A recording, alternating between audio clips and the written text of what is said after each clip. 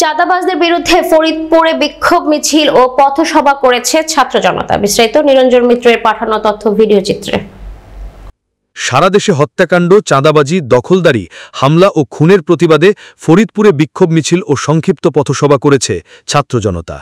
ফরিদপুর বৈষম্য বিরোধী ছাত্র আন্দোলনের উদ্যোগে শনিবার বিকাল 5:30টার দিকে ফরিদপুর প্রেস ক্লাবের সামনে এক বিক্ষোভ সমাবেশ অনুষ্ঠিত হয়। বৈষম্য বিরোধী ছাত্র আন্দোলনের আহ্বায়ক কাজী রিয়াজের সভাপতিত্বে এ সময় বক্তব্য রাখেন সদস্য সচিব সোহেল রানা, বাংলাদেশ ছাত্র অধিকার পরিষদের সহ সংগঠন সম্পাদক জনি বিশ্বাস প্রমুখ।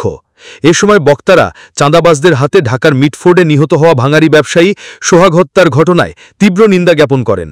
তারা বলেন, একটি মহল পরিকল্পিতভাবে দেশে বিভিন্ন ধরনের অরাজকতা, সন্ত্রাসী, হত্যা, চাঁদাবাজি, রাহাজানির মতো ঘটনা ঘটিয়ে যাচ্ছে। এভাবে একটা দেশ চলতে পারে না। ছাত্র জনতা গত 5ই আগস্ট স্বৈরাচারী শেখ হাসিনাকে বাংলাদেশ থেকে বিতাড়িত করা হয়েছে। দেশে সংঘটিত প্রত্যেকটা বিচারের জন্য অন্তর্বর্তীকালীন সরকারের হস্তক্ষেপের দাবি জানান। বক্তারা বলেন, দিন দিন দেশের রাজনৈতিক পরিস্থিতি খারাপ হয়ে উঠছে। দেশে খুন, ধর্ষণ, রাহাজানি, রাজনৈতিক সংঘর্ষ বেড়ে চলছেই। এর দায়ভার প্রত্যেকটা রাজনৈতিক দলকেই নিতে হবে।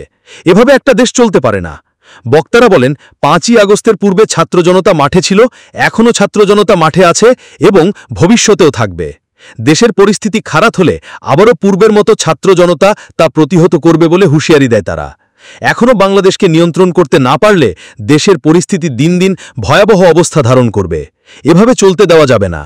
সারা দেশে কোনো চাঁদাবাজ, সন্ত্রাস মস্তান থাকতে পারবেন না, তাদেরকে কঠিনভাবে নির্মূল করা হবে। বক্তারা সবাইকে ঐক্যবদ্ধ হবার আহ্বান জানান। বক্তারা আরও বলেন, নিহত ব্যবসায়ী সোহাগের হত্যাকাণ্ডের সাথে জড়িত সকলকে আইনের আওতায় এনে দৃষ্টান্তমূলক শাস্তি দাবি করেন। এর আগে শহরের সরকারি রাজেন্দ্র কলেজ থেকে একটি মিছিল শহর প্রদক্ষিণ করে।